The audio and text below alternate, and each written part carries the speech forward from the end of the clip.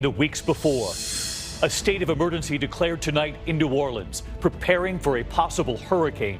The deadly storm already, the paths then having it traveling right up to the northeast. Breaking now, the Republican congressman caught up in a sex scandal.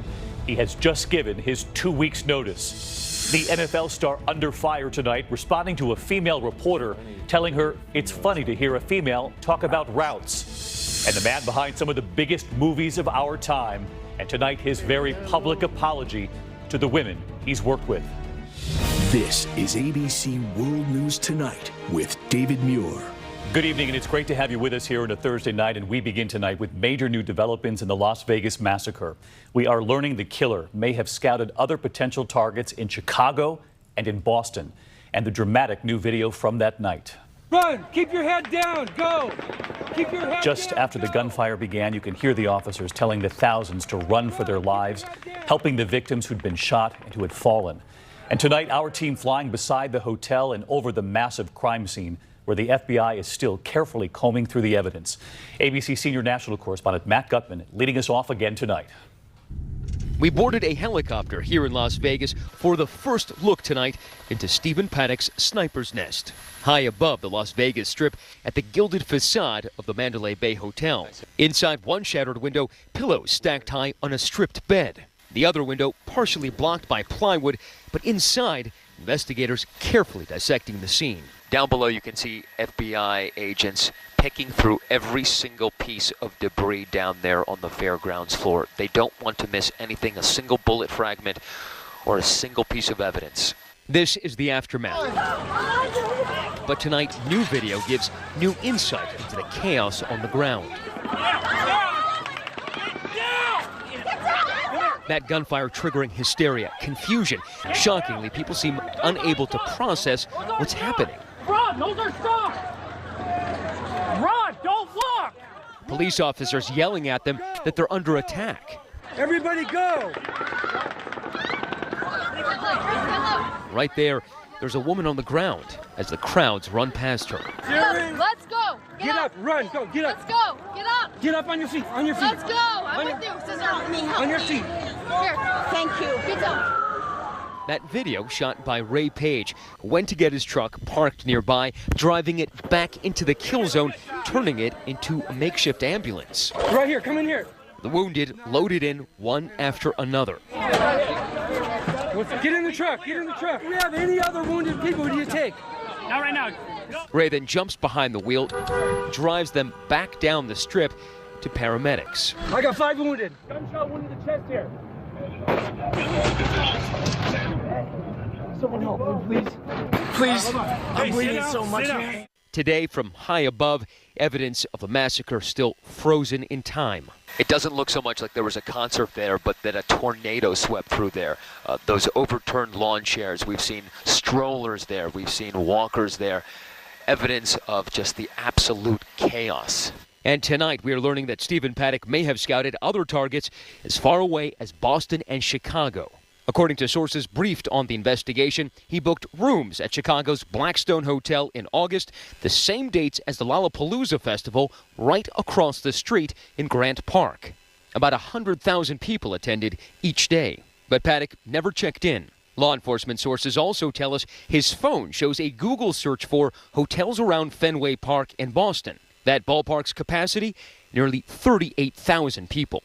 But no evidence he traveled to Boston either. Instead, he stayed close to home, holing up in one of the casinos he knew so well, looking down on that helpless crowd. So let's get to Matt Gutman live with us again tonight. And Matt, now you're learning there might be someone else authorities want to talk to. That's right, David. Investigators say that Paddock was seen with a mystery woman in his last days. Now, she was not his girlfriend, Mary Lou Danley. They're trying to find out who she is and what she knows. Also, given the arsenal that he amassed, along with explosive materials and the fact that he may have had an escape plan, they're now saying that they cannot rule out that he had an accomplice. David? Matt Gutman leading us off. Matt, thank you. The other major headline involves the girlfriend, now questioned by the FBI back here in the U.S. What Mary Lou Danley says when asked if she knew anything. And tonight, ABC News obtaining a check, what they paid cash for in the weeks before, and how the salesperson described the couple. Here's ABC's chief investigative correspondent, Brian Ross. New insights tonight from an unlikely place about Stephen Paddock, the Reno car dealership where he bought this car on August 1st, paying cash with a check for $14,411, not a sign of someone with financial problems. Employees here today told us the FBI questioned them about exactly what happened with Paddock and his girlfriend Mary Lou Danley when they came to buy the car. Mary Lou even wanted to get a Lexus, but he was like, I'm not going to spend $10,000 more for a car that's got the exact same equipment. And when Danley went on a test drive, she told the female salesperson that Paddock had saved her from a troubled marriage. She said she had a bad relationship prior to him and how he had, turned her life around and really helped her out. Danley's relationship with Paddock has now become a key focus of the investigation. On Wednesday, she told FBI agents Paddock was a caring man who showed no sign of violence. And the FBI also wanted to know about the more than $100,000 that Paddock wired to the Philippines for Danley before sending her there just 2 weeks in advance of the shooting. Her lawyer read her statement. I was grateful, but honestly, I was worried that first, the unexpected trip home and then the money was a way of breaking up with me. 4 days into the investigation, the FBI says it has ruled out money problems and ruled out any connection to anarchist groups, to anti-government groups, to overseas terror groups. And Brian Ross with us live tonight. 4 days later, still no motive, but as you began to point out right there, you have learned tonight what they have begun to rule out. That's right. They're still stumped, though, and they're certain they'll find a motive sooner or later, drilling down further now on his finances, his computer, and his mental health, David. But one thing, Brian, so many people are asking about is this belief that he didn't snap in the moment because there's so many signs now that he had been preparing this for some time. Exactly. This was a well-planned attack. Nearly 24 weapons in his hotel suite, half of them converted to be fully automatic, as well as those cameras, including the one in that room service cart outside his room, placed to give him early warning about anyone coming to stop him, David. But still trying to figure out that motive. Brian Ross tonight, thank you. After the massacre took 58 lives, could there be bipartisan movement now on this in Washington? The growing call tonight to ban or regulate those so-called bump stocks, the device used by the gunman attaching it to some of his weapons, turning semi-automatic weapons to fire like an automatic. Democrats, some Republicans, and a signal today from the NRA on this. Here's ABC senior White House correspondent Cecilia Vega. From the nation's most powerful gun lobby, today a call for change in the wake of the nation's deadliest mass shooting. Found on a dozen of the Las Vegas shooter's weapons, those bump stock attachments that allow a rifle to fire like a machine gun. The NRA now says devices designed to allow semi-automatic rifles to function like fully automatic rifles should be subject to additional regulations. And tonight, a growing number of top Republicans say they would consider legislation banning bump stocks altogether. If this is a modification to a firearm that breaches the spirit of the law against automatic weapons, and I think there'd be bipartisan support to deal with it. Clearly, that's something we need to look into. One Florida Republican congressman even vowing to introduce his own bill. With the bump stock, assault rifles can fire hundreds of rounds per minute, changing a gun from this to this. But not all Republicans are on board with tougher laws. I don't think that the 80 or 90 million Americans who exercise their Second Amendment rights to own a gun should be punished for the act of one evil person. The White House so far silent on gun control in the wake of the Las Vegas massacre, but late today, President Trump signaled he'll be weighing in on the bump stock debate too. We'll be looking into that over the next short period of time. All right, Cecilia Vega with us live from the White House. The president there saying he will look into what can be done on these bump stocks. In the meantime, Cecilia, I want to ask you about another report breaking tonight involving the White House chief of staff. Reports in Politico that John Kelly's phone might have been compromised. Yeah, David, this report says that General Kelly's personal cell phone was compromised. No indication of how or by whom or even whether any data may have been accessed. The White House tonight tells us that the general's phone stopped working in December, so he stopped using it then. This is before he even joined this administration. But, David, definitely raising questions about whether any sensitive info may have been accessed. All right, Cecilia Vega with us again tonight. Cecilia, thanks as always. And we should mention back on the Las Vegas massacre that ABC News in 2020 will air a special documentary presentation tomorrow night with new first-person accounts and video on the heroism amid the tragedy. What Happened in Vegas airs tomorrow at 10 p.m. Eastern. I'll see you then. We hope you watch or set your DVR. That's tomorrow night. In the meantime, overseas tonight in the deadly ambush targeting American troops in Niger. The Pentagon confirming 3 Army Green Berets killed and 2 wounded during an attack by about 50 extremists near the Mali border. They were on a joint patrol at the time. The Americans part of a team assisting a counter-terror operation there. Back here at home tonight, and Louisiana and Florida declaring states of emergency tonight, preparing for a possible hurricane headed straight for the U.S. The massive tropical storm Nate already blamed for more than a dozen deaths in Nicaragua and Costa Rica. As it makes its way toward the Gulf tonight, the paths then take it right up through the country, right into the Northeast. So let's get right to Rob, because hurricane season is not over yet. Yeah, David, and unlike the other storms, this one's going to be moving quickly. Right now, it's over land over Honduras, and then once it gets into the Caribbean later on tonight, look out, waters there very warm. We've got hurricane watches now are posted for Cancun, so it goes across Yucatan tomorrow night, then into the Gulf of Mexico, intensifying as it does. So how strong, we're not quite sure, because it'll be moving so quickly, but at least a Category 1 into or around New Orleans or the central Gulf Coast early Sunday morning. There are the spaghetti model tracks, more confidence there, and look at the warm waters, David. Mid-80s, that, as you know, is fuel for hurricanes. All right, on the watch in the Gulf tonight. Rob, thank you. Next this evening, the breaking headline involving a Republican congressman and his sex scandal. Tim Murphy of Pennsylvania, a husband and father, giving us 2 weeks' notice today. Here's ABC's David Wright. Tonight, this Pennsylvania Republican caught in a sex scandal, Congressman Tim Murphy, effectively gave 2 weeks' notice. He's out of Congress effective October 21st. I think it's appropriate that he moves on to the next chapter of his life. Congressman Murphy is known for his anti-abortion views. I don't know if women who go in for abortion really know what happens.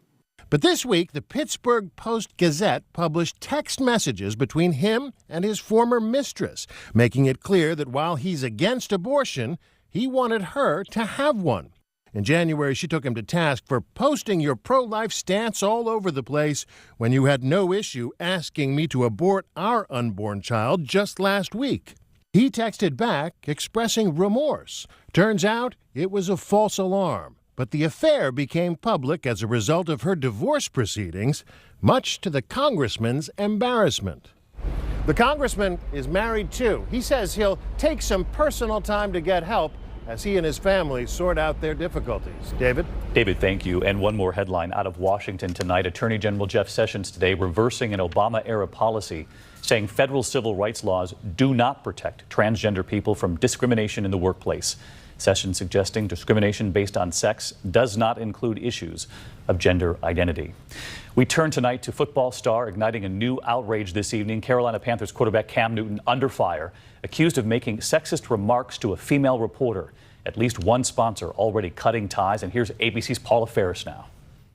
The fallout for Cam Newton has been swift. New Dannon Oikos Triple Zero is my go-to protein snack. Dannon, the maker of Oikos, pulling all of Newton's ads, and Gatorade calling his comments disrespectful to all women. It's all because of this exchange with a female reporter. Devin Funchess has seemed to really embrace the physicality of his routes. It's funny to hear a female talk about routes, like, it's funny. That reporter, 25-year-old Jordan Rodrigue, shot back on Twitter. I don't think it's funny to be a female and talk about routes. I think it's my job. But Rodrigue also in hot water, apologizing for years-old offensive tweets that surfaced this week. Rodrigue was back at Panthers practice today, but not commenting. The team quiet as well. But the NFL, with nearly half its fan base now consisting of women, saying the comments are just plain wrong and disrespectful. If you look at everything that has added up, the domestic violence issues, the national anthem controversy, they're having some trouble with ratings. And ratings are a big concern for the NFL. This is where the league makes its money. And so far this season, ratings are down 9%. David? Paula, thank you. There is still much more ahead on World News Tonight this Thursday. The murder at a construction site right here in New York City. The foreman fatally shot on the 37th floor. Police on the scene.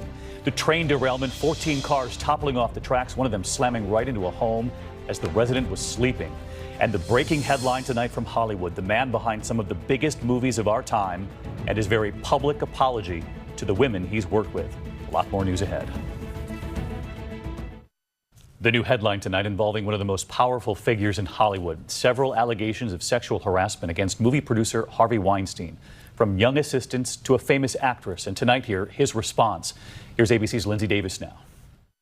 Explosive new allegations tonight from the New York Times about Harvey Weinstein, the studio exec known for producing blockbuster movies like Good Will Hunting, Pulp Fiction, and Silver Linings Playbook. Because I am so much crazier than you. Keep your voice down. He's been lauded repeatedly by male and female Oscar winners alike. Harvey Weinstein, who believed in us and made this movie. My friends at Miramax for making this film, especially Harvey.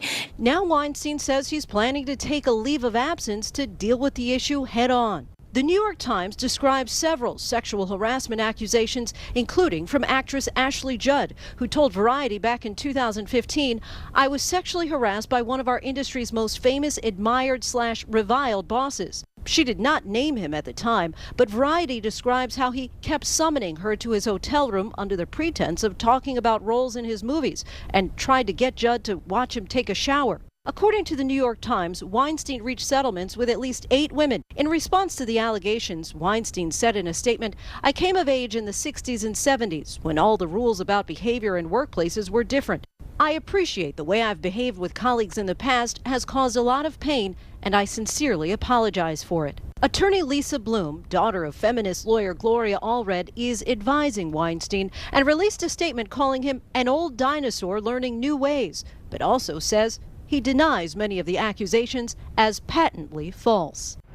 Weinstein's lawyer tells ABC News they plan to sue the New York Times, saying the story is saturated with false and defamatory statements. The New York Times says they are confident in their reporting. David? Lindsay Davis, thank you. When we come back, the major headline involving Jon Bon Jovi. And that index of other news and a murder on the roof of a high-rise construction site here in New York City. The suspect, who authorities believe had been fired, fatally shooting the 37-year-old foreman on the 37th floor. The suspect then turning the gun on himself. Investigators are on the scene. A resident in Atlanta is in the hospital tonight after a train derailed right into his home. 14 cars and a CSX freight train bound for Cincinnati came off the tracks, slamming into the home. The victim was asleep at the time, suffering minor injuries to his legs. And the nominees are in for the Rock and Roll Hall of Fame tonight. Jon Bon Jovi among the 19 performers nominated for the class of 2018. Among the other nominees, Radiohead, Eurythmics, the Moody Blues, Nina Simone listed as well. The inductees will be announced in December.